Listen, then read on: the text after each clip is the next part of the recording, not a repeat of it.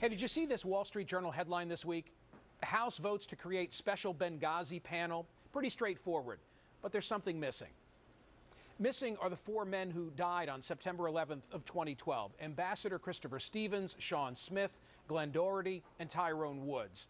These are the men who were killed during the attack on the U.S. consulate in Benghazi.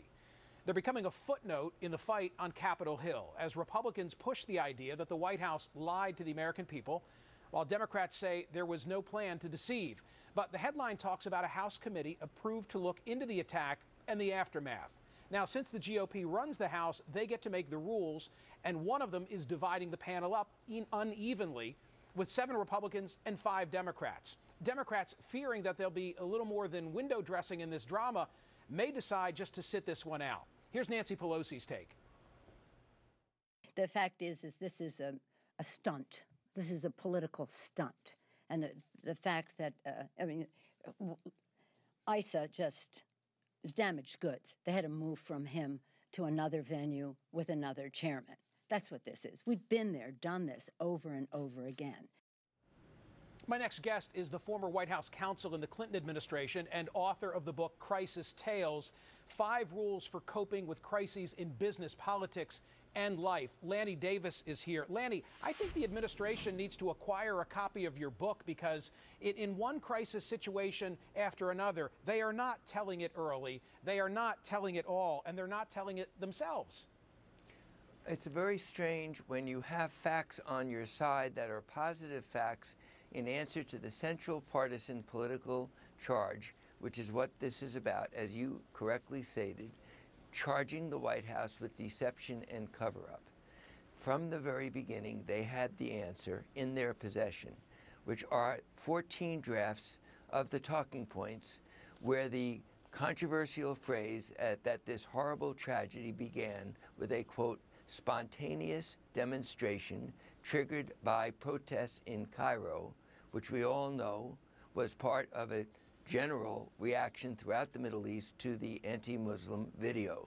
Republicans are on record from the very beginning accusing the Obama White House of inventing that phrase, spontaneous demonstration, in order to minimize their not seeing that it was a terrorist attack and trying in the middle of a presidential campaign to cover that up. We now know that the CIA wrote that phrase from the very first draft of the talking points to the 14th draft. The White House had those 14 drafts, could have put that out immediately. Susan Rice might be Secretary of State rather than letting her twist in the wind, but the White House sat on that for 9 months. And that's an example of where you have the facts, you don't put them out, you sit on them, looks like you're covering something up. And with all due respect, I would say to the Obama White House, let's learn that lesson. And to my friend Nancy Pelosi, who I've known for years, let's learn that lesson about how we react to this circus-like hearings that this new committee will be holding. And now the Ben Rhodes email, and you and I are agreeing, I'm sure, on the fact it should have been produced. It's not significant. As I read it, Lanny, it's not significant for what it says, but rather for the fact that it wasn't produced sooner. Do you agree with that characterization? Absolutely. And it reminds me, without now criticizing anyone in the White House, sometimes you just don't produce things because some lawyer says, well, it's not quite about Benghazi, and the lawyers get cute. And that's been one issue in every White House, not just this White House. It was the reason I criticized the White House counsel for not telling Barack Obama about the IRS scandal till after it broke.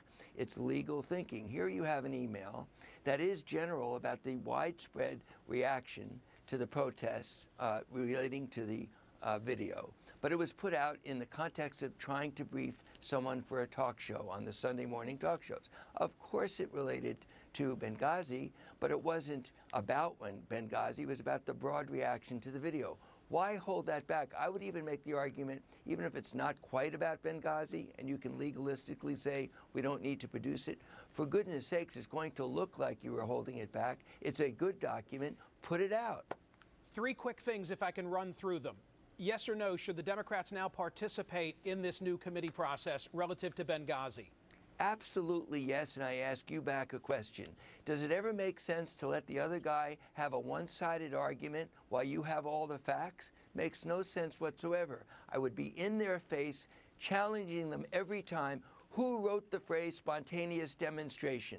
The White House covering up, or the CIA and a 30-year professional, Mike Morrell, saying, we wrote that because we genuinely thought in the early stages we were wrong, that was the message. 30 seconds on two other matters. The VA hospital scandal. From a crisis management standpoint, what needs to happen? The Secretary should be in front of Congress, and every document and every email relating to this problem of not taking care of our veterans should be put out in a full-scale document production. Finally, I'd be derelict in my duty, I know you don't like talking about it, in not asking for a response about Ms. Lewinsky's essay in Vanity Fair. Where do you think that comes from? Why now?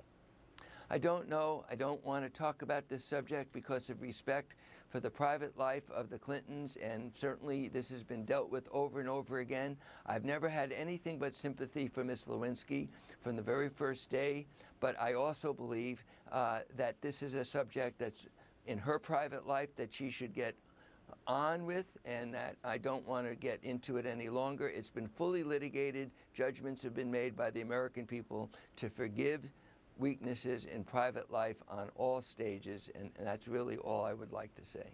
Lanny, good to see you as always. Thank you. Thank you, Michael.